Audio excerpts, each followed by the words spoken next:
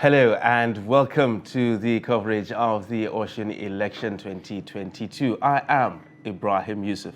Right here on Trust TV, we will give you up-to-date information as to how voting and all the rest of the election process is going.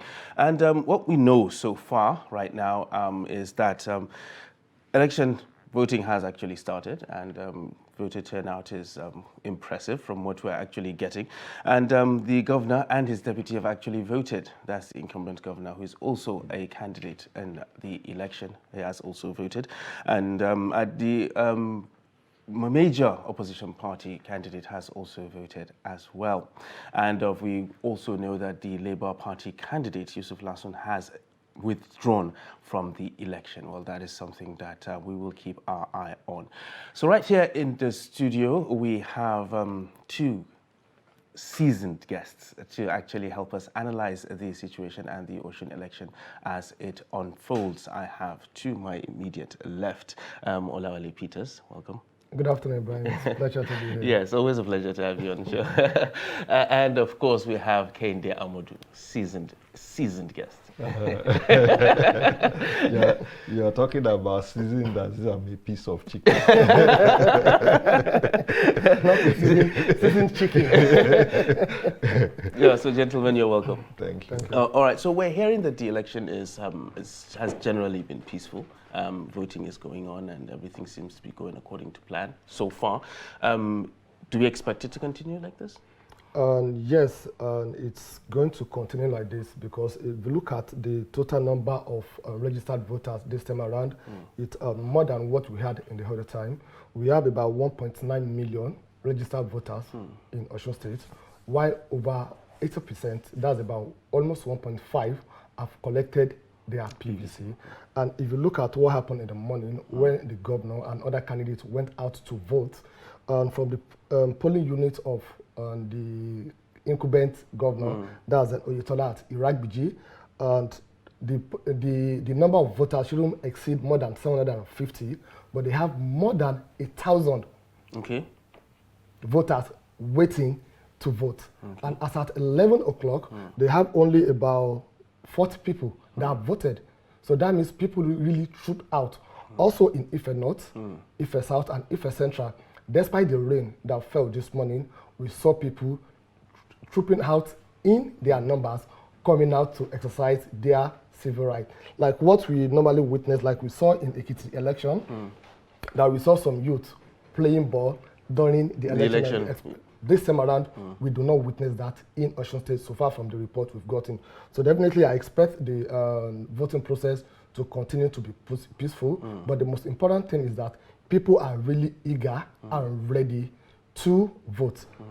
Surprisingly, there was an old man, almost 93 years old. He came out today to vote, and he said he has been voting in that same polling unit since 1964. That's quite impressive. So he has never missed voting. So that shows that the elderly, they are still ready to come out. So it's something very, very, very commendable. Oh, well, it's actually very commendable to see the elderly. Well, the run-up to the 2023 election has us be a lot of people actually saying that it's going to be mostly a youth movement, that the youth are now they have awoken up from their slumber, and they're going to play a very, very big part in that. Are we seeing that right now in Osun? We're seeing a mix. You know, there's what you call a traditional voters base. And these are people that are used to doing this kind of thing. So you wouldn't expect them, like the old man that voted now. He is voting because it has become a tradition and a habit for him to vote. So yes, there's going to be a youth movement, but if you look at figures, really, you understand, if you look at the figures of those that collected their votes that was released by INEC a few days ago, you will see that despite the noise that we initially saw, that we were thinking it would be double or triple the figures, there is a conservative increase. You understand? So, well, you also understand that youths also have registered in elections past. The question is, do they vote? That is the point. It's not about registering It's not about even collecting your PVC. It's about on the day they don't find you on the field playing football. So, you know, yeah, this election actually, at the end of the day, the figures will show us how much, that's if we see a breakdown really of the demographics, the youths compared to the adults, will show us if there really is a change. But I think it's a bit too early to talk about that right now.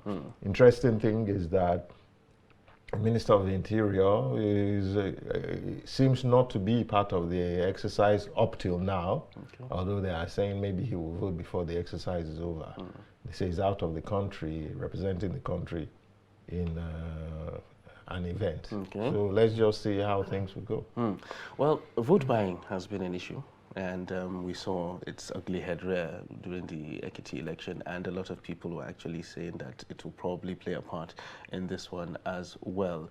Well, we haven't gotten any substantive report concerning that, but so do we expect to see that? Okay, you know, one thing we are good at in this country, we are good at how to beat the system.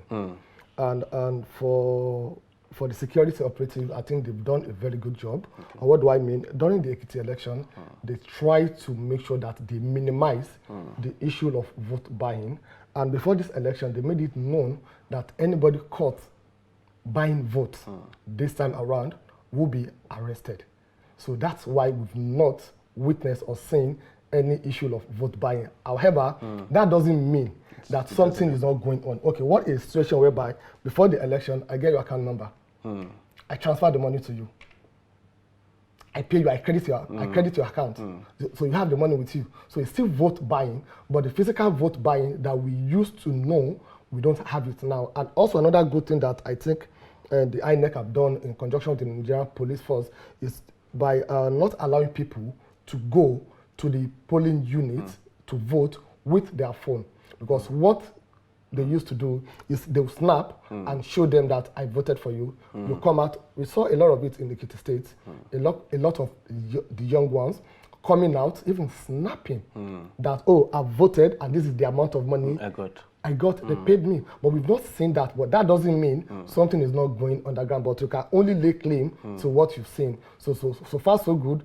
As far as I'm concerned, I think the issue of vote buying had to reduce drastically. You know, before you can eradicate something, you have to minimize it. So what we are seeing now is a minimization of vote buying. Okay. Well, still talking on the issue of votes and vote buying, that means elections, we know, are very expensive endeavors. How are we've gotten to a situation whereby a lot of people have come out, a lot of candidates have come out to beat their chest about the war chest that they actually have. And we've heard it during the Osun election, talking about how much money he actually has in his war chest, people are saying that they're going to match somebody dollar for dollar and all that. So how are we seeing this playing out right now in Osun State? Oh, well, you know, politicians, let's divorce the razzmatazz from the real process itself. Politicians will beat their chests and say, well, I'm prepared for this election. I think it will get to a point in which it's not the amount of money you have that will secure you an election. But when we talk about vote buying, let's not deceive ourselves that when we talk about money in politics, it's only in this country that there's money in politics. It's a phenomenon that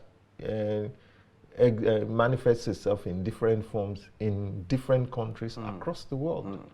So when we talk about vote buying, the reason maybe why it is so much talked about is because it's in our faces. It's in the crudest form that it is being practiced here. But it doesn't mean that in other countries there is no vote buying. So if there are measures that are brought out to check vote buying, you can be sure that there are other areas in which you understand the vote buying will take place. Because in this country we don't talk about endorsements. You understand? But in other countries you have groups, endorsing. You understand? And because they can't endorse with money out in the open, they endorse in other ways. It is still vote buying. You understand? So it's not a phenomenon that will go away very quickly like that. It will keep on manifesting in different forms as the electoral empire and security agencies fashion out ways to reduce it.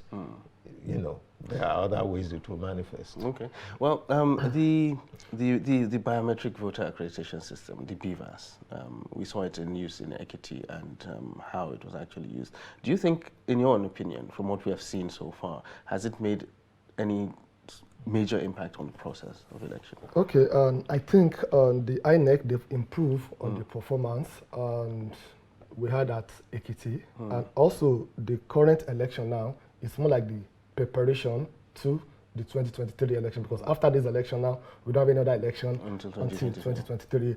And from the reports we've gotten so far, it's in good shape. We don't have the issue of, only for the gubernatorial candidate of the PDP, that's Ademola Adeleke, that had an issue in voting, but within 3 or 4 minutes, it was resolved, and he was able to vote, and then went back to his home. So I think we are getting it, but we can do more. What do I mean now? Concerning the issue of the youth, most of us, we don't have that patience to go and queue to get the PVC to register.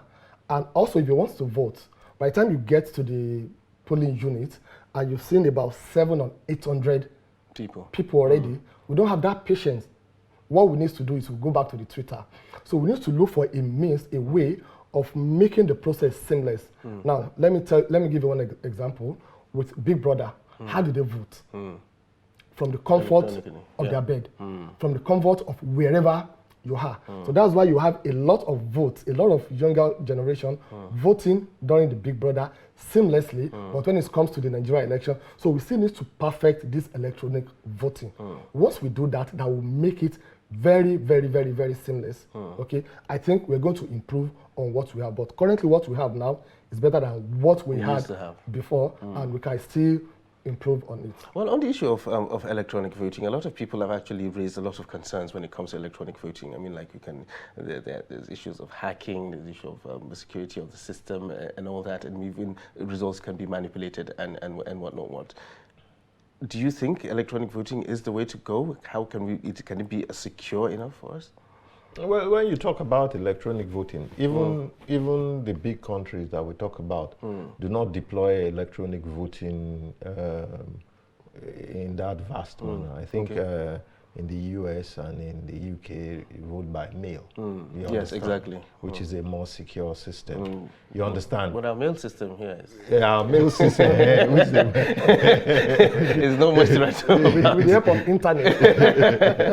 So, you know, the problem about electronic voting is it's that ability to, you know, hack the system and manipulate it. But I think it's the way to go. Okay. It's the way to go. It's a futuristic thing. I think maybe gradually we start to approach. You've seen a lot of progress made by INEC over the last few years. The innovations that it has introduced. It seems to look for search for ways of making the elections better. And I think that eventually we'll get to that point. But the whole idea is to first secure the system to the point that it will not be hacked before we get to that point. So basically, you see, on this current trajectory, what you're saying is we are on the path to getting there. Yeah, because we're already using biometrics voters accreditation system. So that is electronic in itself. You understand? It relies on a database. So basically, it will get to that point in which there will be innovations. I think in the next couple of years. I think that's at the end of the line. I think we're working gradually towards that point in which we'll deploy maybe electronic voting in the final analysis. Because I remember in elections past, we used to do something that the Hausa would say, "Katu na bin katu." They would just line up and then we'll start counting. Option A for. That's option A And then they'll be counting one after the other, and then they'll tally. And now we've seen a gradual shift from that and into something else. So I think, so we have seen how Ekiti panned out. What lessons do you think are there to be learned from the Ekiti election that we can actually put into Osun now? Okay, and I think the first one is the issue of the vote buying. Okay. That I think from the beginning of this process in Osun State, we've not had anything like that. Then the issue of violence, Osun State has been very, very, very peaceful since they started, despite the build-up to the election, knowing the rivalry between the PDP and the APC, based on what happened in 2018. So I think we've learned two good things there. One, the issue of the violence, the issue of the vote buying, then the peaceful manner in which everybody is ready to conduct their civil rights. Then also the turnout. The turnout has been very impressive. Okay. It has been very impressive. So I think we have a lot of lessons that we need to learn, but it's still too early to call, and it's just after 12. By the time the election goes into 2 o'clock, 3 o'clock, that's when the tension starts building. Then we'll be able to know. Maybe there are still other things that we need to do. But so far, so good. We have a lot of takeaway that we can take from this one compared to what we had in Ekiti. All right. So the thing is, most of our elections or most of the campaigns that we've seen so far are not particularly issue-based. It's either one candidate attacking another, or just like we talked about, somebody beating his chest that I have more money than this guy has, and I'll spend him. Is this the kind of aspirants that are these the kind of aspirants or candidates that we actually want to see? Well, before we talk about issue-based elections, the followers or the electorate themselves must show themselves ready to push issue-based campaigns. Right now, the reason why a politician will come to you and be telling you this person is this and that is because we are receptive to it. But if it gets to a point, you come with that kind of campaign, and then people tell you that we don't want to listen to you. What do you have for us? And it's getting there gradually. Because when the youth start getting involved in the electoral process more and more, then what they will be demanding from you will be, what do you have for us, rather than the maybe 5,000 or 3,000, which is why politicians talk about outspending. You understand? So it has to get to that point in which the electorate itself is receptive to. And a lot of people say it's because the level of education or the level of electricity is higher. And I don't agree. Okay. You understand? Because you have a lot of people that listen on their radios. You understand? Particularly in the northern part of the country, that are more politically conscious than those that have gone to school. You understand? And you have those kind of people in the south too.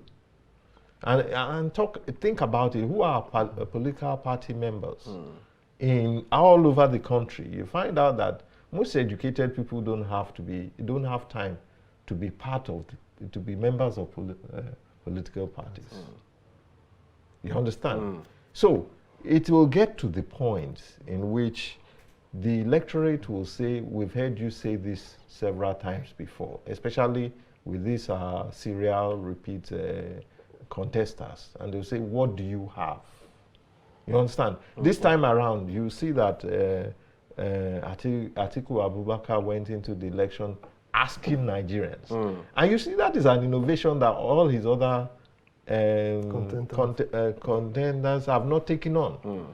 Yes, people looked at it with some kind of skepticism, but Atiku said, do me a, what do you call it, and tell me what you want me to do. Exactly. So he's engaging the electorate. You understand? And you get to that point, that is what people will start doing. He has blazed the trail. It might not work for him, or it might. Okay. You understand? But we are going to get there. So that actually remains to be seen. So let's talk about the field now. Let's talk about the contestant. So we did get some reports that Yusuf Lasun, the Labour Party candidate, actually withdrew from the election, but we are getting reports now that he is actually still in the race.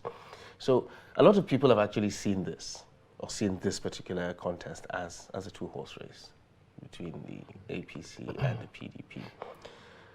Even though we haven't started getting results yet, do you still see it as a two-horse race, or is there any possibility of any person, of anyone, of a dark horse in this race? Okay, and let me start by saying that election or electionary process is supposed to be a process of either rewarding the governance or punishing the governance. It's either of the two. Okay. But in this country, reverse is the case. The process of electing a new leader is to look at what we have currently. Did we get what you promised us for the past 4 years? What are the scorecard? You have a manifesto. You told us that you build this road, you do this school, you will increase salary, you pay salary. Then during the election, during the debate, you should be able to have a parameter to check what you told us. You know, it's very funny in this country that since advent of democracy, the Fourth Republic, since 1999, up to now, they are still coming to tell us that they will give us good road, potable water, since 1999 up to now, and nothing has been achieved. Even before that. Before us. 1999, it has been like that. So that means since inception of politics in this, democracy in this country, from the First Republic, they've been promising us stable electricity. Do we have it? Potable water, good road, security. We still don't have it. It seems to be getting worse, actually. It's getting worse, sincerely. So that is the first thing. So if you look at that, then you look at Osun State in general, in particular, and the highest number of voters in Osun State happens to be civil servant. Okay. That is the truth. Then we now look at what has Oyetola, the current governor, done when it comes to payment of salary and pensioners. On that, he has done very, very, very well. One of the reasons why Chief Bisi Akande lost the election to Oyinlola in 2003 was because he had an issue with the civil servant and the teachers when he was retrenching. Then also, Rauf Aregbesola, the issue he had prior to the election in 2018, he had an issue. That was why it was two-horse race. Okay. My own opinion, I don't think we're going to have an election whereby we'll have 255,505 votes from the APC and 255,023 votes from the PDP that we had in 2018 that made APC to win the election by 482 votes. Okay. I don't see that here because a lot of factors have changed. Now, number one, Iyola Omishore. Okay. Who we already know because politics is local. And if you are very familiar with Osun State politics, you will know that Omishore has been on ground in Ife from day one. Both Ife Central and Ife North. Okay. He has it. The last election, he has almost 50,000 votes from over 70,000 votes casted during that election. And that was why he got 128,000 votes and 53 during that election. So that has changed now. Okay. It's now in APC. So that vote definitely one way or the other will go to the APC. There's an issue between Rauf Aregbesola and the current governor Oyetola, but the issue has been resolved. Though Aregbesola did not come out to campaign, but the spokesperson for the Aregbesola group came out and said Aregbesola has instructed all of them to vote and support the APC. But there was a vast number of Aregbesola supporters that actually decamped prior to the election. No, he also said that Aregbesola told them not to decamp. So, you know, in politics, you can't force, you can take us to the river, you can't force them. To drink. Exactly. That's the truth. Even the issue of vote buying that we're talking about, they can give you money, you can collect money from PDP and vote APC, you can collect money from APC and vote Labour Party. Because that's what people keep saying. I mean, like, if you pay me to vote for you, it doesn't mean that there's a guarantee that I will vote for you. I can easily collect your money and then go for. So that shows that you have the intention of voting for the candidate or for the party before they give you the money. That is the way I look at it. So if you look at it currently now, I think everything is working more in favor of the APC. Okay. Also, the former speaker, who happens to be the real grassroots mobilizer for Aregbesola camp, that's Najib Salam. He has already said that he's supporting and giving his vote to the APC. So that shows that APC, and in Osun State, Osogbo, has the largest population. Okay. And we are talking about the largest vote also come from Osogbo. And that has been a local government that APC has been winning from inception. Okay. So that also will work for them. Then for the PDP also, and even not because PDP did not bring their house in order together. Sincerely, they would have given APC time to run for. But this time around, I don't think the contest that will be that close. No, I don't think it will be that close like we witnessed 2018. So based on your analysis now, you're seeing it as a one-horse race. That the APC will just gallop to the finish line. The electorate in Osun State will determine that. That's why I said based on your own analysis. Yeah, based on my own analysis, sincerely, I see APC winning the election. Now let's look at 2018, because you have to look at the history before you talk about the future. Okay. From the 30 local governments that they have in Osun State, APC won 16. Okay. PDP won 11. SDP won 2. No, they won 2, and ADP won 1. Yes. So now the 16 that APC won, they are still holding on to it. That's the truth. And the 2 that SDP they won during the election, that's Ife Central and Ife South, belongs to APC Omishore. So definitely it to the APC now. It will go down to them. And politics is local. It's grassroots. Okay. The reason why Ede belongs to PDP is because of the late Isiaka Adeleke, the first civilian governor of the state. He is a grassroots mobilizer. He stays in Ede 24/7. Even when he was a senator, it's always going back to the hometown. But that do we have with Ademola Adeleke? Just like some people have already argued that Atiku only comes to Nigeria when it is time for the election. He spends most of his time outside the country. So that may also affect the chances of PDP. So sincerely, if you look at all this, then the way Oyetola also has already managed the civil servant in Osun State by prompt payment of their salary, payment of all the pensioners, no issue, no rancor. I think it will be good to go at the end of the day. All right. Okay. Based on my own analysis. And based on your own analysis. Left for the electorate to decide. What we have on ground now, I see APC winning the election. Do you share the same? Yes, he's been very, very thorough about it. And to add to that, if you look at the nature of campaigns this time around, you see that it's not as intensive. Ademola Adeleke's campaign is not as intensive as it was in 2018, which shows that either he knows something or, and don't forget that going after the primaries, there was that issue. There was that issue in the PDP about who won the primaries itself, which led to some divisions within the PDP itself. So when we are looking at all these issues, do we have that kind of united front that will deliver the goods in the final analysis? don't forget that, in 2018, the elections went into a rerun, and it was the Omishore angle in the last minute that changed things around. Okay. Because when the election went into the rerun, APC quickly went and wooed Omishore. And last minute, he collapsed his structures into the APC, and that was what delivered the goods in the final analysis. So it's good. It's an interesting. It's something we'll see.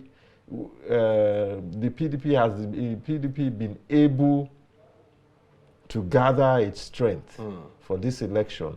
Don't forget that also APC had the issue between Oyetola and Aragbeshola. Did they settle on time? That's another question that will go into the equation in the final analysis. Because it's one thing for political leaders to settle. It's another thing for the followers that have gone into bitter contest. Exactly. The contest is more bitter when it comes to the followers than the leaders. Exactly. So it's one thing for these things to come together and produce a result. Okay. So it's something we need to just watch and see. Oh, all right. Well, that's a very interesting analysis there. Right now, our man is on the ground, Shafiu Suleiman. He's there in Osun State, and he's standing by to give us an update. Shafiu, what's the situation in Osun as it is right now?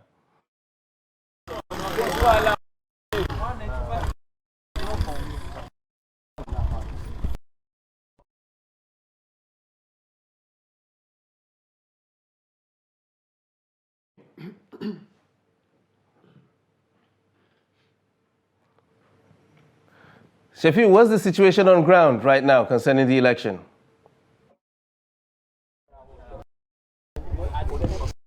Right, okay, we're at Unit 30, and that is what of the side Olukuta in the Repodulo area of Osun State in Nigeria. Right now, we are this polling unit is almost sense that we're officials. Polling unit that was by INEC. It has 100 registered voters, 130 been accredited, 20 so far. Still awaiting. Would likely their faces here to cast their but at the official, of course, the security and all other stakeholders get the election pressing with this voters to come in. Me is deciding officer be given us more. Tell us your name. My name is John. Okay. What exactly is? I realized that in some. What has it?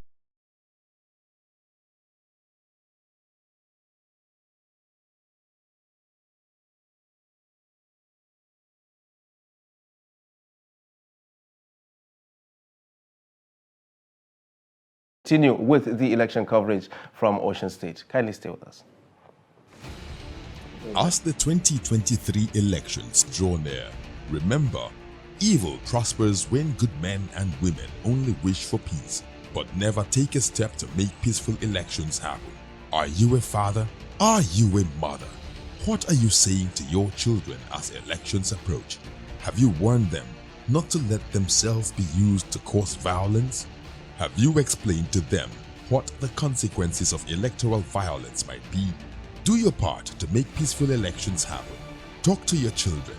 Protect them from unscrupulous politicians who want to put them in harm's way, while their own children are comfortable at home, within and outside the country.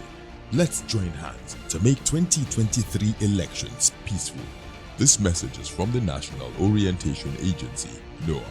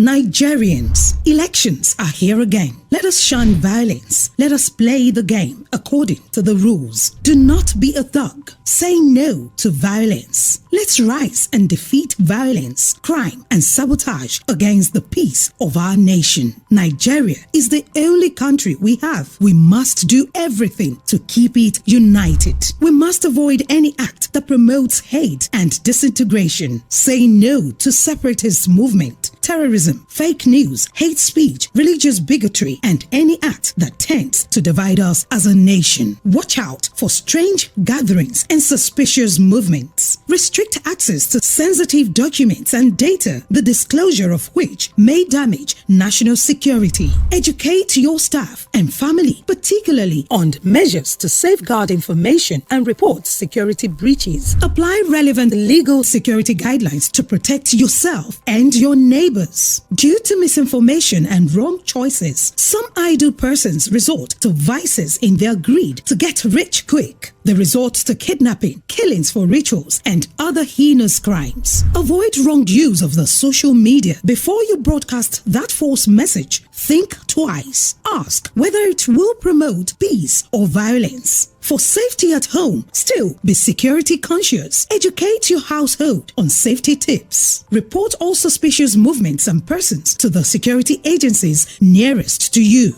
Be a good citizen. Be patriotic. To pass security information, please call 0813-222-2105, 0915-339-1309, 0908-837-3514, or send a mail to dsspr@dss.gov.ng. This message is from the Department of State Services, DSS.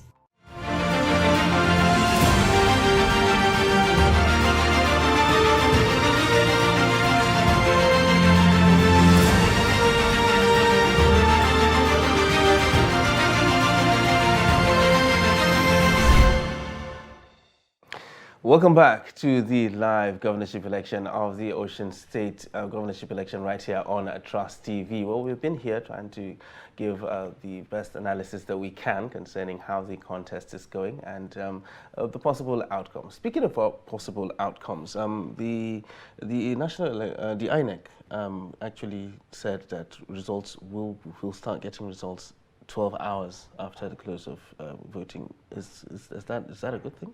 Yeah, it is a good thing, and it reduces the tension, it reduces the pressure, it reduces also the violence that may come up. And also, if you notice, during the last Ekiti election, the result came out earlier because of the way they are transmitting the results electronically. Now. So that is a good one. And like you rightly said the other time, it's something that we'll still get right.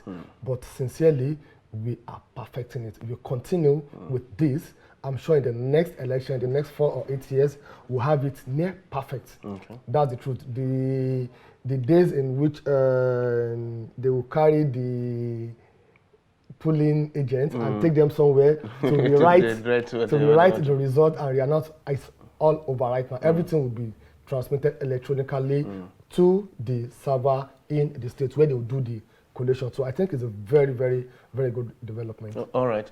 So let's open it up a little bit from Osun State. To the run-up to the 2023 general election, one of the major things that a lot of people are talking about is the issue of security. We've seen a heavy deployment of security personnel when it comes to Ekiti and, of course, Osun. Well, a lot of people are saying that, okay, fine, these rather contained situations. It's one state. They can afford to throw thousands of police officers, thousands of NSCDC officials to that particular place. So when it comes to the nation at large, they might be spread too thin. Do you think that could be an issue? That's exactly what is going to happen. Because when we're going to go to the 2023 elections, I think we have about 30 states. 30 states, yes. Okay, let's hold that thought, because I think Shafiu is still back online now, so we can have an update of what's going on ground. Shafiu, can you kind of give us an update on what's going on as voting continues in the governorship election right there in Osun?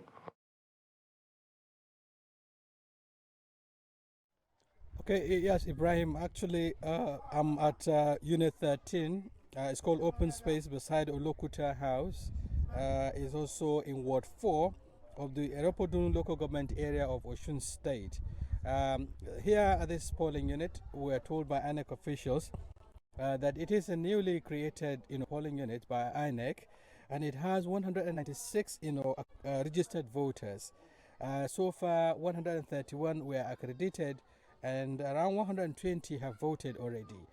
So the INEC officials here and other stakeholders are waiting for the remaining prospective voters to turn up, and of course exercise their franchise. But right now I have the assistant presiding officer beside me, who will be giving us more update on this. Tell us your name, please. My name is John Benga David. Right. Okay. It appears you're having a very smooth ride here. Can you tell us what happened between 8:30 and now? Yeah, the election has been fine. It's going on smoothly, free and fair. No cause of violence. It's been fine. The community has been cooperative. Everything has been fine. Okay. So it appears you don't have any issues to do with perhaps the beavers and other logistics. No, we don't have any issues with that. The beavers has been working perfectly fine. It's been smooth and fine. The ballot papers are well printed. Everything is okay. So you will be able to meet up with the deadline. I mean, the closing of voting, which is going to take place at 2:30, right? Yes, we would meet that. Okay. How have you been finding the stakeholders, the security agencies and party officials? How have they been conducting themselves? They've conducted themselves very well, properly in a very good manner. No cause of violence, no disturbance. Everything has been smooth and fine. Thank you very much. This is the assistant presiding officer of INEC at this ward, Unit 13 of Ward 4 in open space beside Lokuta House in Irepodun local government area of Osun State. Let's also hear from the party agents who are here. I can see one of them, precisely from the Labour Party. Tell us your name. My name is Ajibade Abiblai. Okay, how has it been here since morning? You've been monitoring the exercise for your party. In fact, the exercise is going on as we expect, because there is no any cases of intimidation or any harassment. In fact, I give kudos to both the electoral officers who are present here and also the security agents who are present here. They conduct themselves very well, and all the voters who are present here. In fact, the exercise is going on as we expect. Okay, well, perhaps because of the relative number, we're talking about 196, which is not much. But then there has been an issue concerning, vote buying and what have you. Have you witnessed such here? Actually, I've not witnessed any issues of vote buying or any. In fact, there's no any issue of vote buying here. Okay, whether codedly or openly, nothing has happened. I don't witness anything pertaining to that issue of vote buying or any other thing. Okay, it has been a smooth ride here, as they say, at polling unit 13, in Ward 4 of the Irepodun local government area of Osun State. We'll let you go. Earlier there were reports that the Labour Party candidate actually withdrew from the election, and now we're getting reports that that is not the case. So what happened there?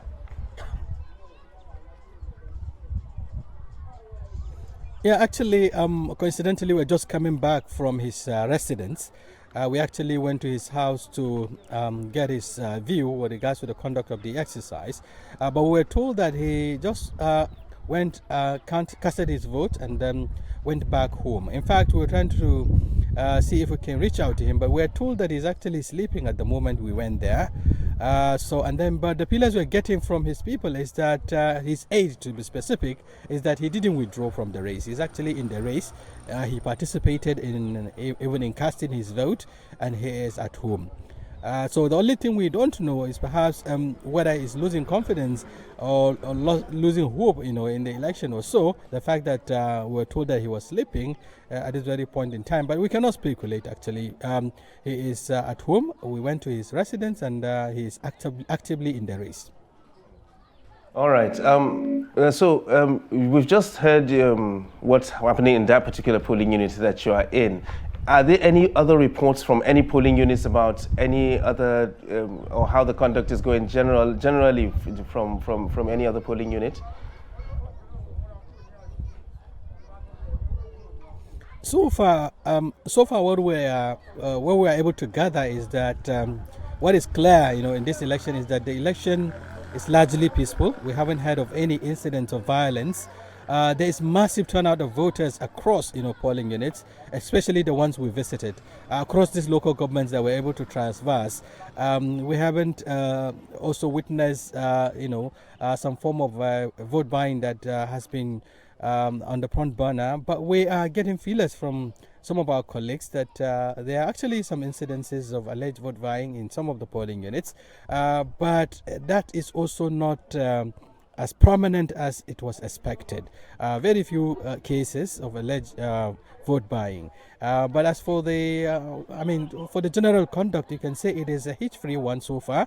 INEC in particular has done a lot in terms of perfecting its operations. The issue of Viva's failure was almost zero, across some the polling units we visited. And then INEC officials have also been conducting themselves very well, and of course, logistics are available. In one of the polling units we visited earlier, where we find around 2,677 voters, in one particular polling unit, which was quite unprecedented.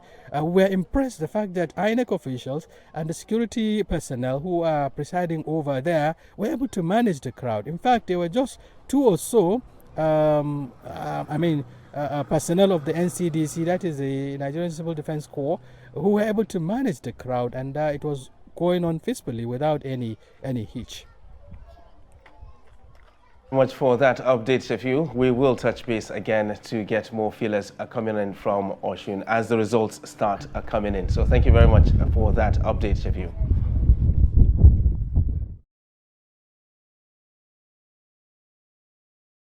How it's going, and it's generally as it was, as we discussed earlier, that everything seems to be going according to plan. Let's hope it continues like that. So before we went to Shafi, we were actually talking about security generally as we run up to the 2023 elections and how security personnel might be overstretched when it comes to covering the entire nation for the general elections.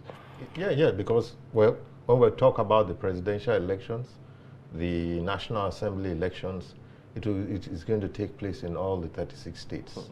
In the governorship elections, 30 out of the 36 states elections will take place. So you have a situation in which you are now having the same security personnel serving the larger body, which is about 36 states. So I hope that when it comes to that, we won't have more incidents of electoral malpractices, of violence and all that, because of the coverage of security personnel in those states. But largely, I think that the stakes in the 2023 elections are going to be higher. Okay. So we're going to see more people coming out to vote. I don't think that in that circumstance you have that much intimidation, because when you see more people being invested in the election rather than the voting populace, we now have an increased voting populace. We have people, more eyes on the election. There is more feelings, more emotions invested in that election. So I think that incidences of violence, of intimidation, well, will still be there, but they'll be at a reduced rate. I'm hoping. Okay. Yeah, well, it's actually good to be hopeful when it comes to situations like this. We're still talking generally now about elections. Most things, or one of the major factors that brings about violence is after results are released and announced, then people start contesting those results, and that is when we have outbreak of violence. So, if we are able to substantiate, or we're able to increase the credibility of our electioneering process, will that not go a long way in curbing post-election violence? Okay, I think with what is going on in Osun State now, and what happened in Ekiti State, I think we are getting it right. Okay. And also, during the last 2019 election, general election, there is anticipation there's this fear that there will be serious issue after they announce the election. But let's give it to the former president, Goodluck Jonathan. He did the honorable thing. What did he considered? Defeat. And also the same thing happened in Ekiti State. Immediately after the election, the PDP candidates put a call across to the winner. So that doused whatever tension.